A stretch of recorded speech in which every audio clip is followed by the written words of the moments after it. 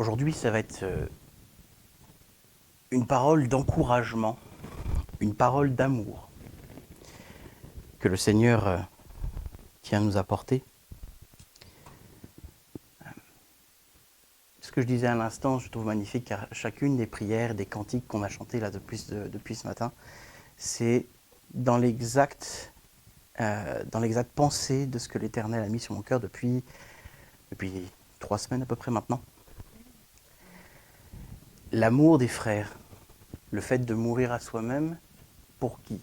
Pour nous, bien sûr, parce que nous sommes sauvés, parce que nous connaissons l'Éternel, mais pour l'amour envers les frères et les sœurs. D'être tourné vers les autres plutôt que vers soi-même. On peut lire un très court passage dans la parole, c'est dans 1 Pierre, au chapitre 4. Et c'est le verset... Je vais le retrouver.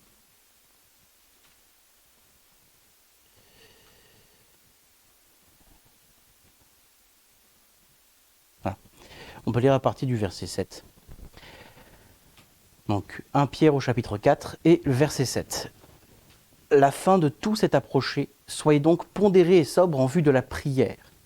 Avant tout, ayez les uns pour les autres un amour fervent, car l'amour couvre une multitude de péchés. Exercez l'hospitalité les uns envers les autres, sans maugréer, sans murmurer. Que chacun mette au service des autres le don qu'il a reçu de la grâce. Vous serez ainsi de bons intendants de la grâce si diverse de Dieu. Si quelqu'un parle, qu'il parle de façon à communiquer les paroles de Dieu. Si quelqu'un sert, qu'il serve par la force que Dieu lui accorde, afin qu'en tout, Dieu soit glorifié par Jésus-Christ, à qui sont la gloire et le pouvoir à tout jamais. Ce passage-là nous dit très clairement, ne pensez pas à vous, pensez à vos frères et à vos sœurs par l'amour de l'Éternel. Laissez Christ vous habiter. Laissez Christ vous insuffler son amour. Et surtout, laissez Christ véhiculer cet amour à travers vous. Exercez l'hospitalité entre vos frères, envers vos frères et vos sœurs. Alors bien sûr, on pourrait lire exercer l'hospitalité, voilà, un frère qui a besoin d'un abri, on peut l'accueillir chez soi. L'hospitalité, voilà, inviter à un repas, etc. Bien sûr, c'est évident. Mais là, nous parlons d'hospitalité spirituelle. Lorsque nous accueillons quelqu'un dans l'assemblée, lorsque nous accueillons quelqu'un dans l'église. Ça peut être quelqu'un qui croit, comme quelqu'un qui ne croit pas encore. Si l'amour ne dirige pas tout, et je parle bien de l'amour du Christ, mais pas de l'amour charnel que nous pouvons ressentir envers quelqu'un, mais bien l'amour du Christ qui est inconditionnel. On pourra lire le passage sur l'amour dans 1 Corinthiens, je ne sais plus quel chapitre, mais merci, chapitre 13. On pourra le lire tout à l'heure s'il faut, mais l'amour du Christ qui peut tout. L'amour du Christ qui va donner vie à l'Église. Et cette vie-là doit passer à travers nous pour pouvoir abreuver les autres.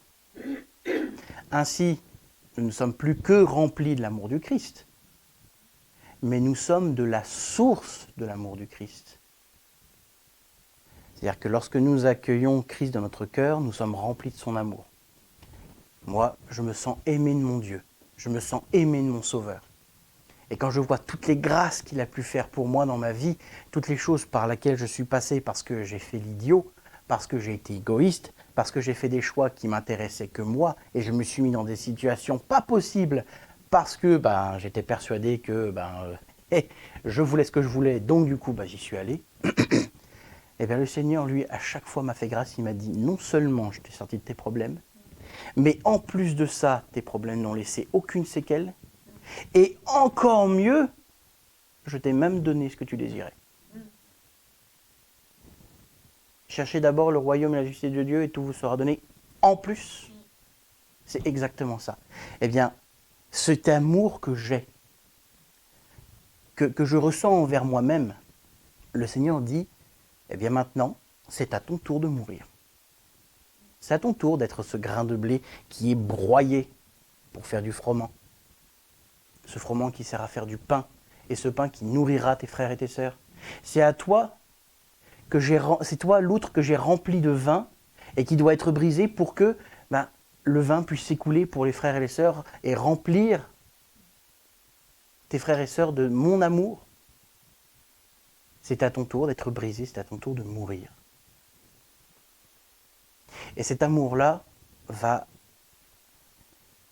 prendre soin de tout le monde. J'ai bien aimé ce que vous avez dit dans votre prière, parce que vous avez parlé de prendre soin des frères et sœurs. Quand j'ai entendu ça, je dis Seigneur, c'est exactement ça, prendre soin.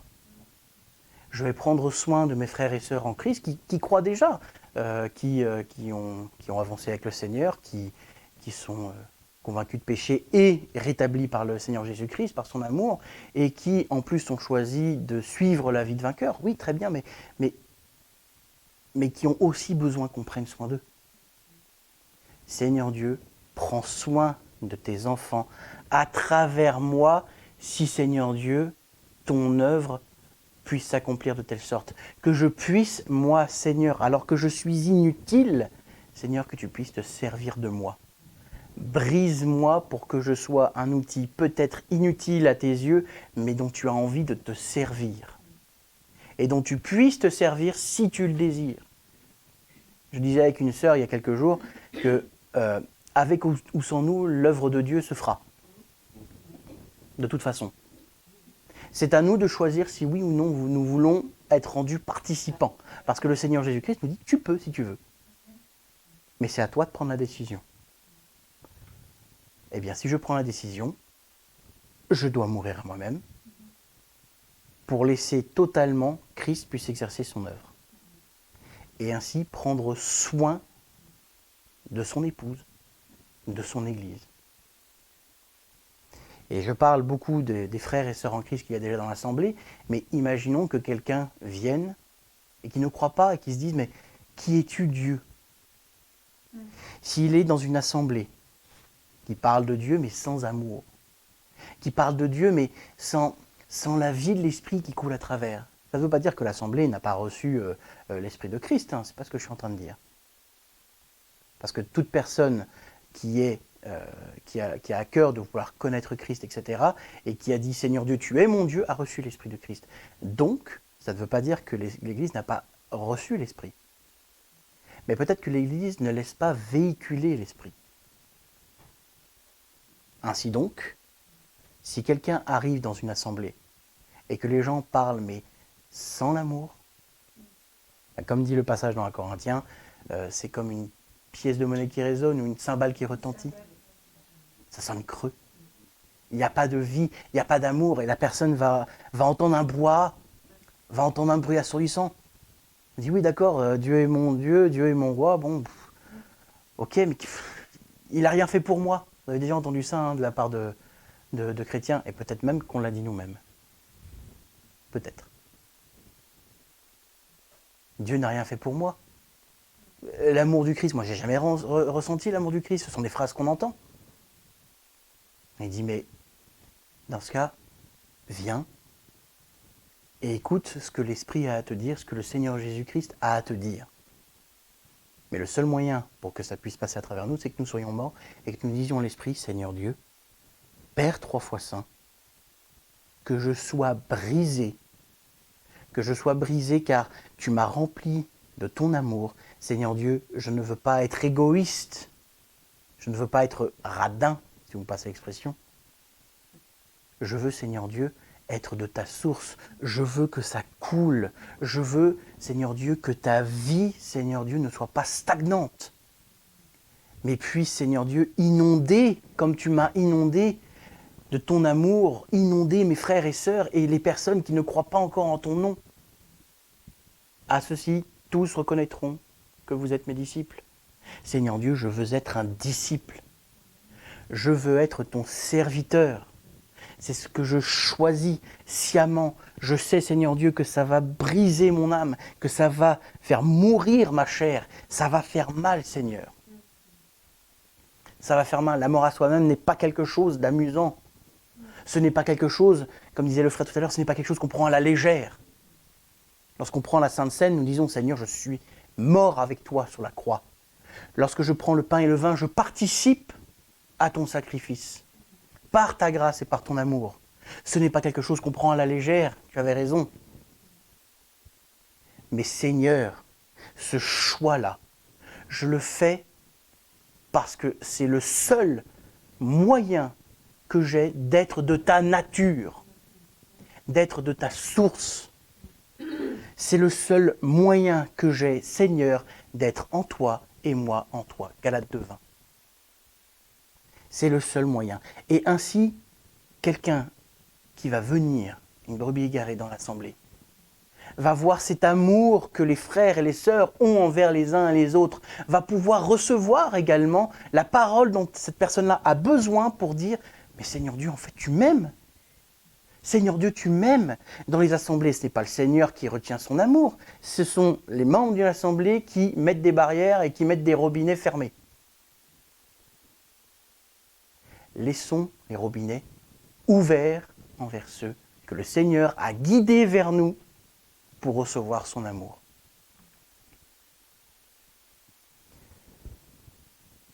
Il y a eu quelque temps, on a eu des discussions aussi avec certains frères et certaines sœurs où on se disait, mais certains vont arriver, ça peut être des loups, des gens qui vont mordre, qui vont attaquer l'assemblée. Bon. Eh bien, ça va être le même discours. On dit, oui, mais si Seigneur, tu m'as rempli de ton amour et de ta sagesse, je vais pouvoir savoir si le frère ou la sœur, bon, si c'est un loup, on peut se poser la question, mais si la personne qui vient, si dans ce qu'elle dit, les choses ne sont pas selon ta parole, je vais le savoir parce que tu vas me le révéler. Donc je ne vais pas laisser parler un loup, je ne vais pas le laisser mordre. Ça ne veut pas dire que le loup ne peut pas être présent, il ne peut pas attaquer, parce que Satan, il attaque sournoisement. Non, parfois, les frères et sœurs n'ont pas forcément entendre, mais il suffit juste d'une petite conversation privée, puis tiens, en fait, ça, clac, tiens, mordu un jeune frère ou une jeune sœur ou quelqu'un qui ne croit pas encore, etc. Quelle est la solution à ce problème-là? Exactement la même chose, l'amour du Christ à travers nous. Car une assemblée qui laisse vivre l'amour et qui laisse couler l'amour au sein de son assemblée sera l'antidote, sera le pansement que le Seigneur appliquera sur les morsures d'un loup, et un loup sera mis à l'écart. Un loup sera mis à l'écart parce que il y a plusieurs façons. C'est-à-dire, le Seigneur peut mandater quelqu'un pour dire à ce loup-là, maintenant tu te tais, silence. Ou bien ce loup-là, voyant que il ne peut avoir aucune prise parce que le Seigneur ne lui permet pas, il s'en ira. Faisons confiance à l'Éternel pour s'occuper du loup. Lorsque nous avons quelqu'un qui vient dans une assemblée pour y faire du mal, la première chose à faire, c'est Seigneur Dieu, tu vois cette situation, règle-la Seigneur. Par ton moyen, pas le nôtre.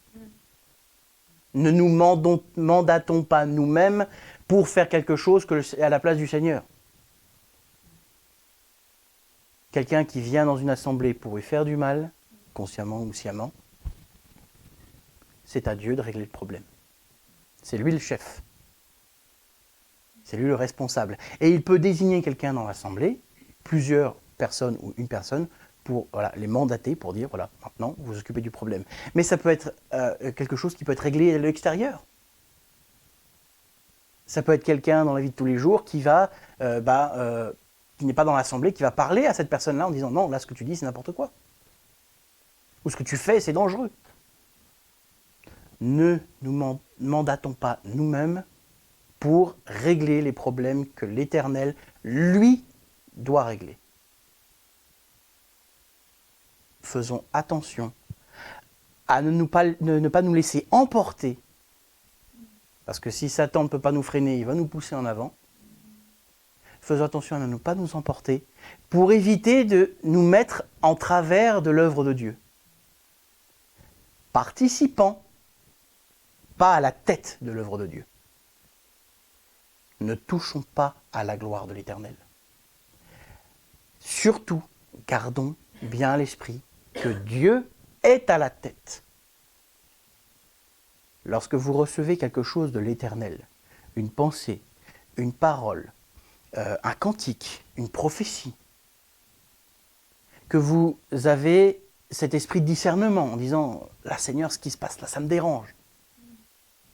Première chose à faire, présenter la chose devant l'Éternel. Seigneur Dieu, si ce que j'ai reçu est bien de toi, Seigneur, alors Seigneur, que ce soit exprimé selon ta volonté, par le moyen que tu as choisi, parce que tu as décidé au moment où tu l'as décidé. Lorsque nous recevons une parole de l'Éternel, ça ne veut pas dire que nous sommes mandatés pour la dire. Ça peut être quelqu'un d'autre qui va la porter. Mais dans ce cas, vous, la parole que vous avez reçue va faire écho à ce que le frère ou la sœur va apporter. Vous pourrez dire, oui, c'est vrai, j'ai reçu ça. Que tout soit apporté selon le cœur de Dieu, au temps de Dieu, selon l'œuvre de Dieu. Prenons garde à ne pas prendre la tête. Parce que ça se voit très, très, très souvent dans les assemblées.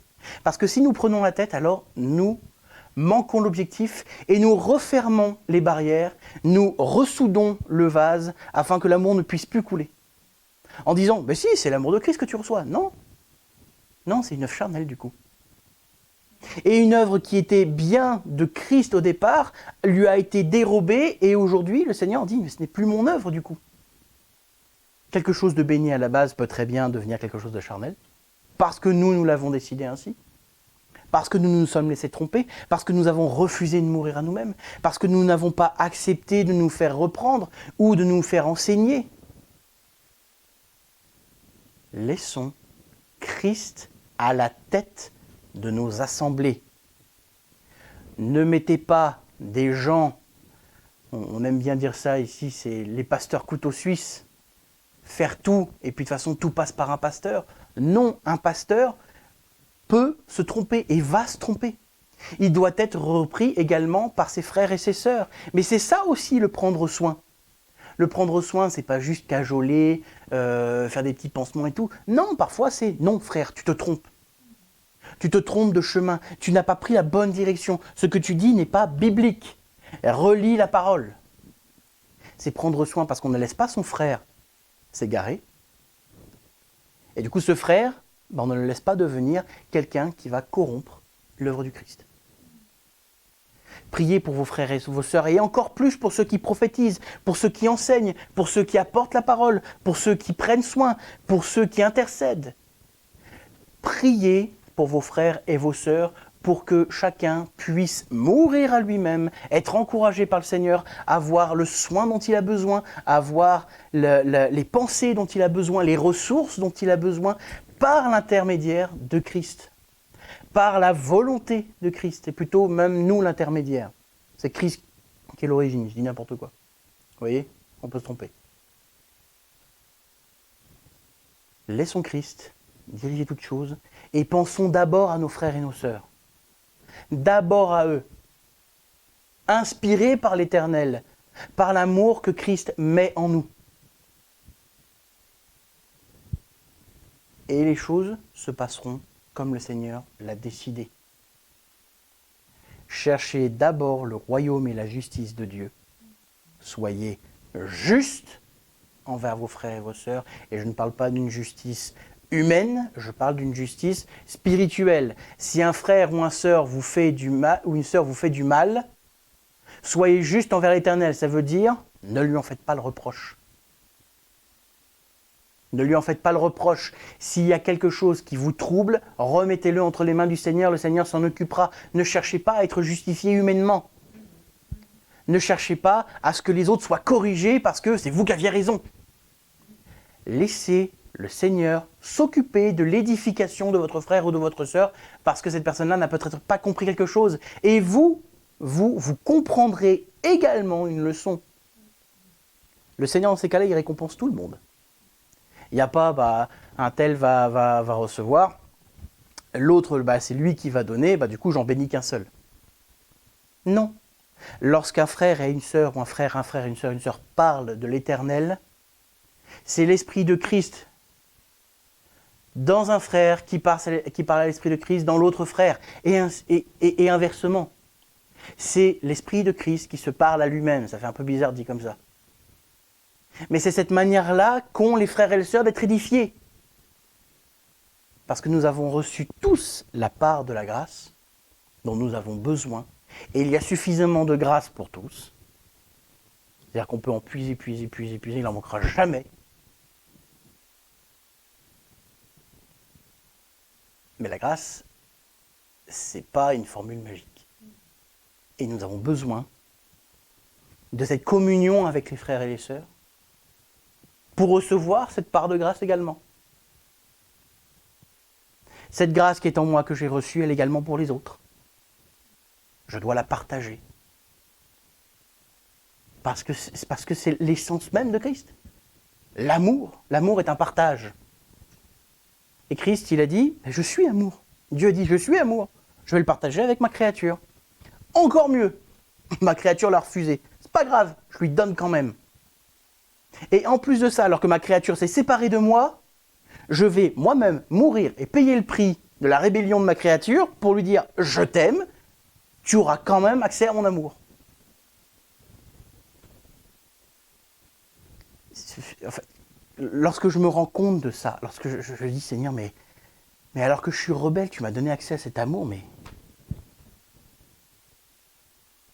Seigneur, je ne peux pas comprendre. Je peux pas, Seigneur. Parce que moi, n'importe qui me fait une crasse, alors que toi, Seigneur, je me suis littéralement rebellé contre toi, j'ai plus envie de lui adresser la parole. Je dis, mais et toi, Seigneur, tu es là à te dire, mais c'est pas grave, ma porte reste ouverte. Je suis hospitalier envers toi. Le Seigneur est le premier à être hospitalier envers nous. Il nous accueille au sein de son temple. Et encore mieux, il nous dit, venez dans le lieu 3 fois saint. Pas seulement dans le parvis. On pourrait se dire, oui, quelqu'un, un inconnu, un étranger, etc., ou quelqu'un qui nous a fait du mal, Seigneur, tu nous dis, soyez hospitalier, d'accord, reste dans le hall d'entrée. Oui, t'es à l'abri, t'es pas sous la pluie. Reste dans la hall d'entrée. Seigneur, on pourrait dire, restez dans votre parvis. Mais non, il nous dit carrément, mais venez dans mon intimité. Venez dans mon intimité. Venez goûter à ma grâce. Venez manger à ma table. Mais Seigneur, j'ai péché contre toi toute ma vie. Je n'ai fait que me rebeller. Je me suis même moqué de ton nom. Je dis, mais ça, c'est pas grave parce que je t'aime. Je t'aime d'un amour que tu ne peux saisir, que tu ne peux comprendre. Par contre, tu peux être rempli de cet amour et d'être de la même source. Tu peux faire preuve d'un amour divin envers tes frères et tes sœurs parce que c'est moi qui vais m'exprimer en toi, à travers toi. Je ne suis plus juste une eau stagnante, je suis une eau vivifiée parce que j'ai accepté d'entrer dans le lieu 3 fois saint et de dire, Seigneur Dieu, ce lieu 3 fois saint dans lequel tu m'as accueilli, Seigneur Dieu, c'est un temple qu'il y a dans mon cœur, qu'il y a dans mon âme. Seigneur Dieu, c'est maintenant la position dans laquelle je me trouve, la position que j'ai adoptée. Et par ta grâce, par ton amour et par ta force, j'y tiens. J'y reste. Je ne bouge pas. Alors que la tempête gronde dehors, alors que Satan veut essayer de m'attirer dehors. Seigneur, je ne bouge pas par ta grâce. Par ta volonté, par ta force, parce que nul ne peut me ravir de ta main. Ainsi, Seigneur, ce que je veux maintenant, ce n'est pas juste être le profiteur, entre guillemets, de ton amour.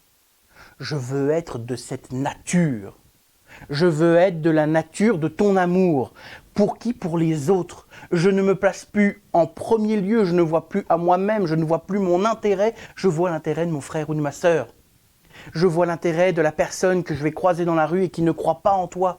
De la personne qui va témoigner du « de toute façon, Dieu, la seule excuse que j'ai entendue un jour de dire Coluche, c'est qu'il n'existe pas. » Je dis « Mais punaise, mais Coluche avait besoin de connaître l'amour du Christ. » Nous avons tous besoin de connaître l'amour du Christ. Pourquoi? Parce que c'était censé être notre nature. Nous étions censés être de cette nature. Nous nous sommes rebellés et aujourd'hui nous sommes séparés de cet amour-là, nous devons y revenir. Et le seul moyen maintenant que nous avons d'être de cette nature-là, c'est de mourir à nous-mêmes. Je le répète, je sais que je me répète beaucoup, mais c'est parce que c'est important.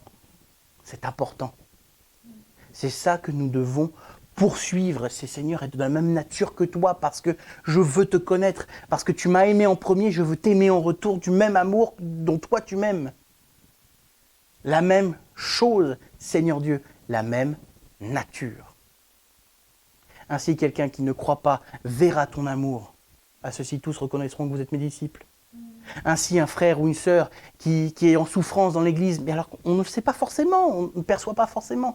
Mais le Seigneur Dieu, lui, il sait. Seigneur Dieu, tu prendras soin de la personne qui est là. Si un loup vient mordre quelqu'un dans l'église, Seigneur Dieu, tu y apporteras le soin, tu apporteras la correction. Si un frère ou une sœur se trompe, si un pasteur se trompe, si un enseignant se trompe, si un prophète se trompe, Seigneur, tu le reprendras, mais avec amour, avec douceur. Il n'y a pas de brutalité avec le Seigneur. Il n'y a pas de violence. Il n'y a qu'un vent léger, un silence doux, subtil, une toute petite présence. Parce que nous n'avons pas besoin de plus pour croire. Le Seigneur Dieu, lui, se présente entièrement, alors que nous n'avons besoin qu'une toute petite partie pour avoir foi en lui. Et lui, il vient calmement, paisiblement, avec miséricorde, venir nous voir et nous dire « Tu es mon agneau, tu es mon enfant, tu es ma créature, je t'ai créé, je t'ai donné une part de moi. Je t'aime, tu t'es trompé, mais je t'aime, repens-toi. Repens-toi, replace-moi à ta tête. » Et là, je parle de la vie personnelle comme la vie de l'assemblée, la vie de l'Église.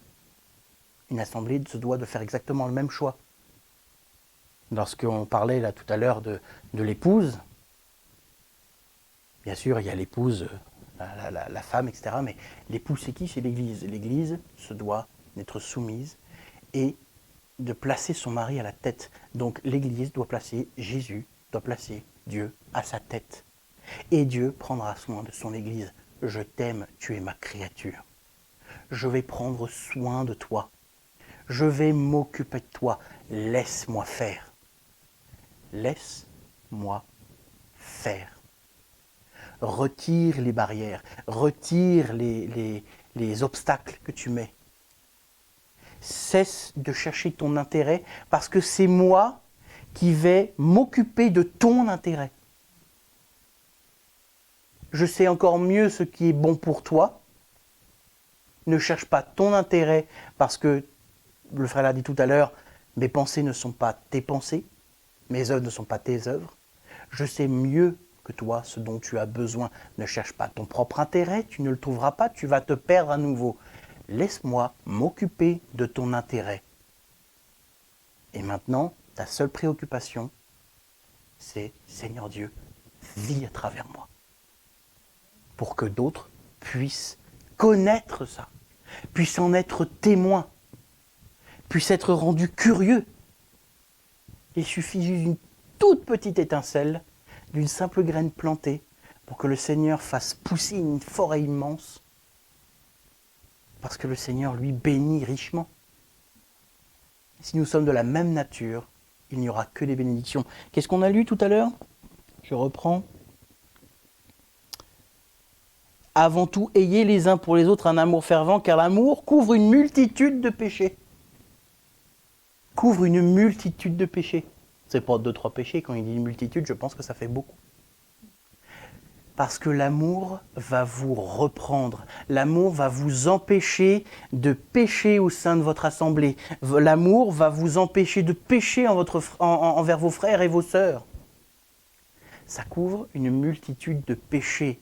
Vous ne serez pas des occasions de chute pour vos frères et pour vos sœurs. Vous serez un sujet d'édification. Vous serez un sujet de rétablissement. Pourquoi? Parce que c'est moi qui vis à travers vous. Et je me sers de vous, pas parce que j'ai besoin de vous, mais parce que je vous aime.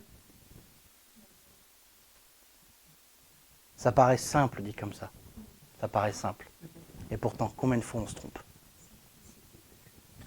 Allez, on dit une simplicité biblique.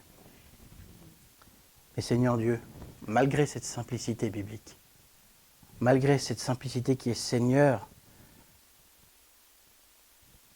fais de moi ton épouse, fais de moi la même source que toi. Seigneur, je vais me tromper. Seigneur, je vais chuter. Mais Seigneur, reprends-moi. Acceptez que le Seigneur vous reprenne. Acceptez que le Seigneur vous enseigne. Peut-être que parfois ça fera mal, mais si ça fait mal, c'est parce que la chair n'aime pas. Donc si ça fait mal, c'est une bonne chose. Je dis ça un peu avec humour, bien sûr. Mais avec douceur. Parce que le Seigneur, lorsqu'il arrache quelque chose de mauvais, ça fait mal. Mais c'est le Seigneur qui apporte le baume avec. Il n'y a pas de mise au feu sans baume de la part de l'Éternel. Il n'y a pas de blessure infligée par la chair, par le retrait de la chair, où le Seigneur n'applique pas un pansement, n'applique pas un baume, n'applique pas un médicament, n'applique pas un soin. Et ce que nous avons la grâce de faire, c'est Seigneur Dieu, par ta grâce, je peux être ce pansement.